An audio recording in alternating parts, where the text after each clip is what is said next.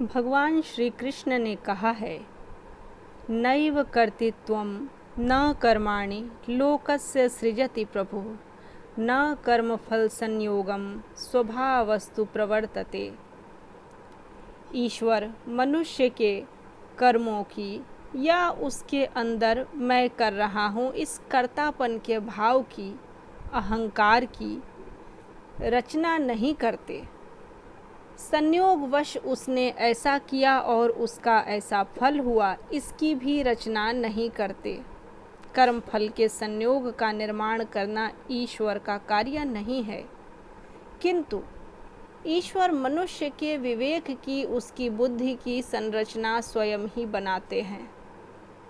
जगत में प्राणी मात्र जहाँ जहाँ जो है, जिसका जो स्वभाव है, एक ही प्रजाति के पशुओं में, पक्षियों में, भिन्न भिन्न जीव जंतुओं में अलग अलग स्वभाव पाया जाता है। यह स्वभाव ईश्वर की निर्मिति है। इससे हम क्या करते हैं, इतनी स्वतंत्रता हमें मिली हुई है। ना दत्ते कस्यचित् पापम न चैव सुकृतं विभु अज्ञानेनावृतं ज्ञानम तेन मुह्यन्ति जन्तवः। होता यह है कि समदर्शी भगवान किसी के पुण्य को और किसी के पाप को ग्रहण नहीं करते।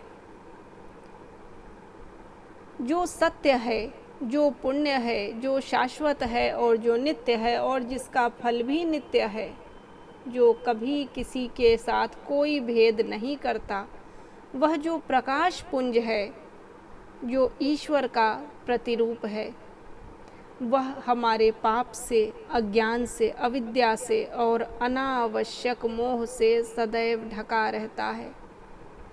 उसी से हम सभी मोहित हो रहे हैं। कहा जाता है उसी से अज्ञानी मनुष्य मोहित होता है।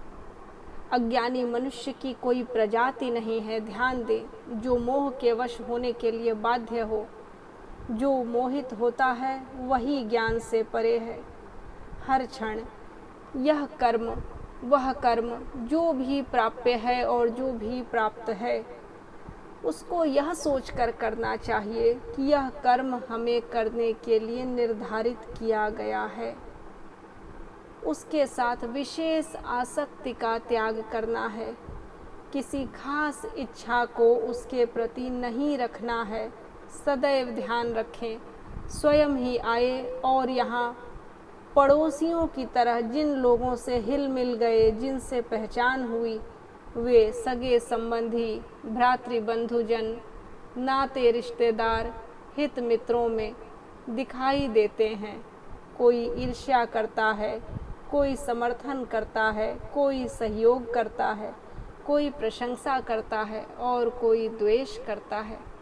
किंतु यहाँ आने के बाद ही इनसे भेंट हुई, यहाँ से जाने के बाद इनसे भेंट नहीं होने वाली। इस भाव का ध्यान रखकर जब मनुष्य कर्म करता है, काम करता है, वही मनुष्य सांख्य योगी के समान ईश्वर का प्रिय होता है, जिसका न कोई प्रिय है और न ही कोई अप्रिय है। ज्ञानेन तु तदज्ञानं येषां नाशितमात्मनः तेषामादित्यवज्ञानं प्रकाशयति तत्परम्। जिस व्यक्ति का, जिस मनुष्य का अथवा जीव जंतुओं में जिस किसी का अज्ञान परमात्मा के तत्व ज्ञान द्वारा नष्ट हो पाता है, यानी जिसे प्रकाश की समझ हो पाती है, वह प्रकाश जो हिरण के शरीर में छिपी हुई कस्तूरी के समान हम सबके अंदर है। हम यह तो महसूस कर पाते हैं कि हम श्वास ले रहे हैं, यह श्वास ईश्वर तत्व है, किंतु यह जो प्रकाश है, सारे ब्रह्मांड का सर्वोत्तम चुनकर जो कुछ सर्वश्रेष्ठ है, वही यह प्रकाश रूप है। इस पर ध्यान नहीं देते, इसे जान नहीं पाते। पूरे जीवन का सारा अच्छा कर्म देकर इस एक क्षण को यदि हम ईश्वर से मिल पाते हैं, महसूस कर पाते हैं कि परमात्मा का वही प्रकाश है यह जो सभी अज्ञान से दूर ले जाता है, तो जीवन सफल है, ऐसा समझना चाहिए। जय श्री कृष्ण। जानते हो क्या हुआ?